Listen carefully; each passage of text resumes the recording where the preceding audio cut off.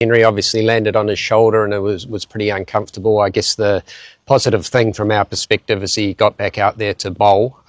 We've had some scans and stuff done on him and we're going to give him every chance to be playing in this match. So still a little bit unknown at this stage. He's obviously pretty sore just from landing on the point of his shoulder, but yeah, hopeful he will be okay. Around Varun, I mean, he's obviously a very good bowler. He bowled very well. We'll have a look at the pitch conditions down there as well and see what the effect is that he may have on the game as well. So, look, we certainly expect him to play after getting 5 for 42 against us in the last game. And, yeah, we'll be planning our I guess, intentions around that as well. Just move to the side here. Gary, do you guys think Varun Chakravarti is more dangerous under the lights than in the daylight? Sorry, I'm just going to pause. Sorry, can we just please just keep the voice down, guys, while people are asking the questions? Sorry, carry on. Gary, my question was Varun Chakravarti or is Varun Chakravarti more dangerous under the lights than in the daylight? Look, I think when you have a wrist spinner like that's bowling, then you're looking for cues as a batsman, and I think it's always a little bit easier when you're in the daylight to see those things. So, look, there's no doubt he's a class bowler. He obviously showed his skills against us last time, and he's a big threat in the game. So we'll be putting our thinking caps on around how we nullify that and how we can still score runs against him. Yeah, a word on Rachin Ravindra, the way he's shaping up.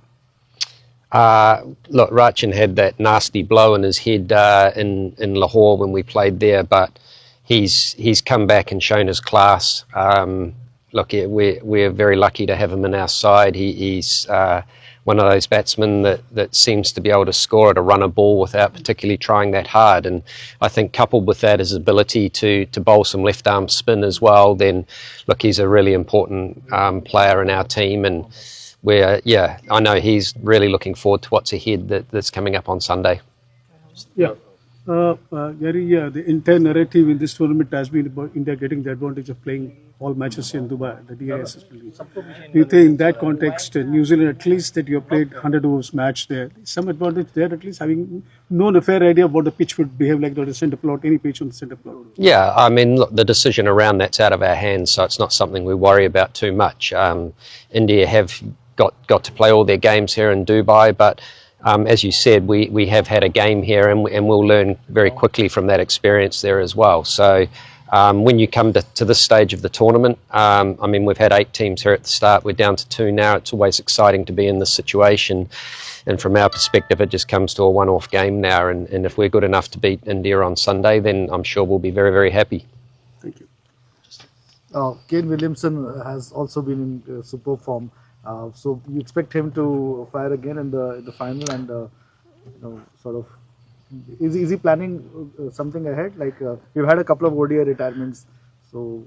I'm not sure about that with Kane, but look, he's a guy that rises for the big occasion, and he's done it many times for New Zealand in the past. And look, cricket's a game runs aren't guaranteed, but I know that Kane will be doing everything he can to prepare to score well, and he's one of those unique individuals, I think, around the world that has that ability to adapt to different services, and he seems to be able to do that faster than many other players. So, look, fingers crossed from our perspective that Kane has a big day. But look, I think from our perspective, we've got 11 guys in the team that we think all deserve to be there, or 15 in our squad that all have a right to be in the starting lineup as well. And but with Kane, look, I mean, he's a special player for us, and we're thankful to have him in our squad.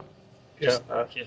Hi, Coach. Tark from SLTV. Coach, 3 days before the game, did you arrive to get the player to recovery and playing in different pitches, one of them slower?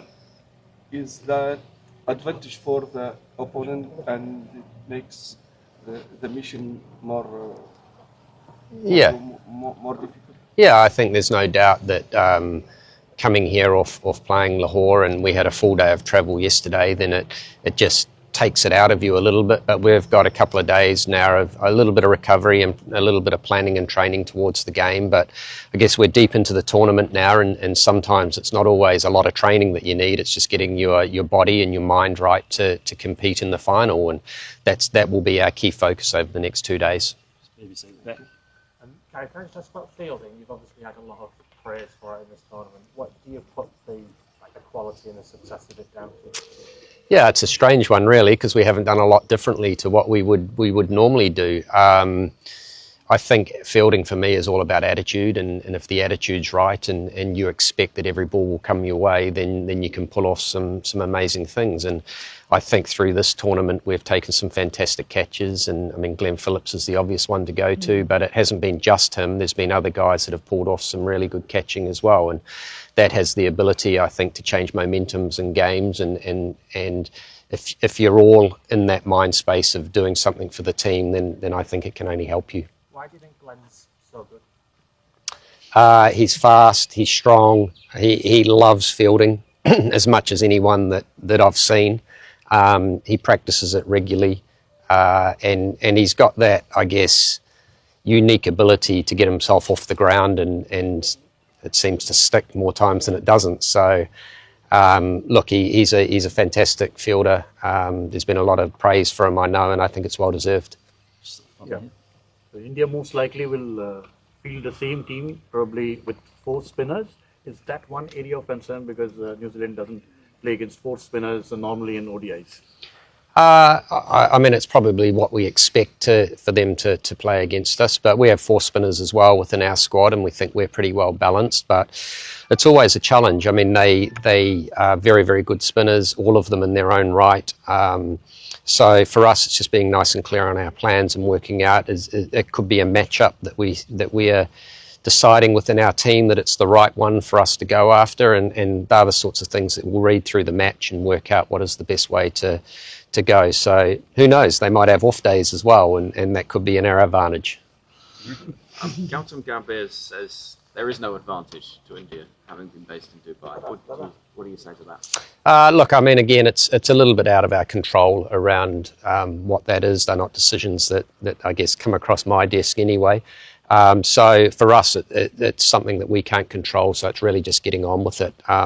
Yes, India have played their 4 matches here. We're lucky enough to have had 1 here against them, and yeah, it was a good match without us quite putting our best foot forward as well. So look, wherever you play, you just have to go up and be able to be better than them on the day, and that's our focus. Does that noise around the side towards India put more pressure on them than you do? Oh, look, potentially. I can't speak for what goes on in the Indian dressing room, but from our perspective, it doesn't change anything. Coach, you expect Rachin to play a sort of key role against India's spin? And just a quick follow-up, what's the general talk been among the batting group, taking more attacking options against Chakravarti? Look, I think the pitch that we played on in the first game was quite different to the way that the semi-final played against Australia. So again, it'll be something we have to read on the day and adapt to what's going on within the match. But yeah, all our batsmen will have their individual plans around how they want to combat them, and then it comes down to, I think, good communications in the middle, and sometimes a little bit of bravery to take those options on. So we're certainly up for that. We're up for that challenge of what India will bring, and we know that they've got 4 very capable spinners. How is the experience of New Zealand team in Pakistan playing ICC Champions Trophy matches and Tri-Nation spectators and other facilities? Yeah, it was very good. I mean, I think when you come from New Zealand and we're that little country that's a long, long way away from here, then anywhere that you play around the world, especially in the subcontinent, you see the passion that's in them, and like the Pakistan fans were no different there. So we've certainly really enjoyed the experience there. We played well in Pakistan as well. I think we had 5 or 6 matches and won them all. So there's something we're obviously doing right in that part of the world. Just gonna have 2 more, just one here and then one at the back. Yeah. Gary, just New Zealand have been really consistent in ICC tournament, but white ball tournament has been eluding them since the last one against India in 2000. How important is this title for taking New Zealand cricket to the next level, considering you lost a couple of senior bowlers like Southee and Bolt? Now there's a kind of a mini transition that's happening. So just to inspire the next set of, to make the process much more smooth and get a next set of players coming in? Yeah, I think if you look at our bowling group, we're possibly one of the most inexperienced groups that are here. And a Will O'Rourke, a Kyle Jamieson, for example, they haven't played a lot of one-day cricket or ICC tournament cricket either. So for them to keep standing up on this stage is very good, especially after the loss of a Southia Bolt, for example, that's been in our ranks for some period of time.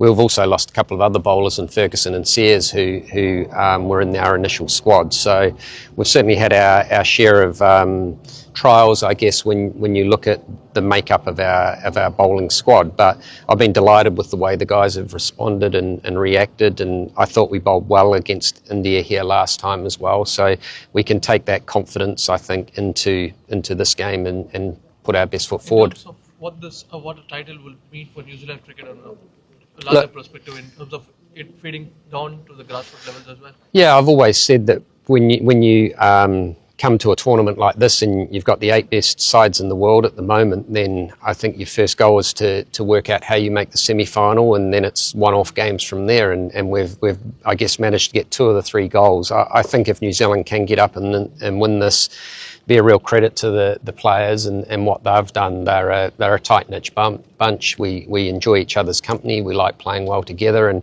I'm sure it'll be a real coup for New Zealand, especially here in Dubai after the women won the T20 World Cup here as well. Just the last one over here.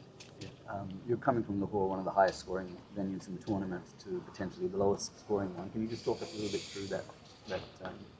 Yeah, I think that's just about adapting and working out on your feet what you think that par score is for the day, and I guess trying to be a little bit ahead of that. I think the danger is you come from scoring 360 odd in a game and you think you'll do that again immediately, and you go a little bit hard. So for us, it's just working out what is the right tactics on the day, who we are faced up against as well, and then adapting to that. And as I said earlier, it's those comms in between the batsmen and in the middle, and making sure they're having good communications around who is the right player to take risks against and what that might look like. We'll wrap it up there. Thank you, everyone. Thank you.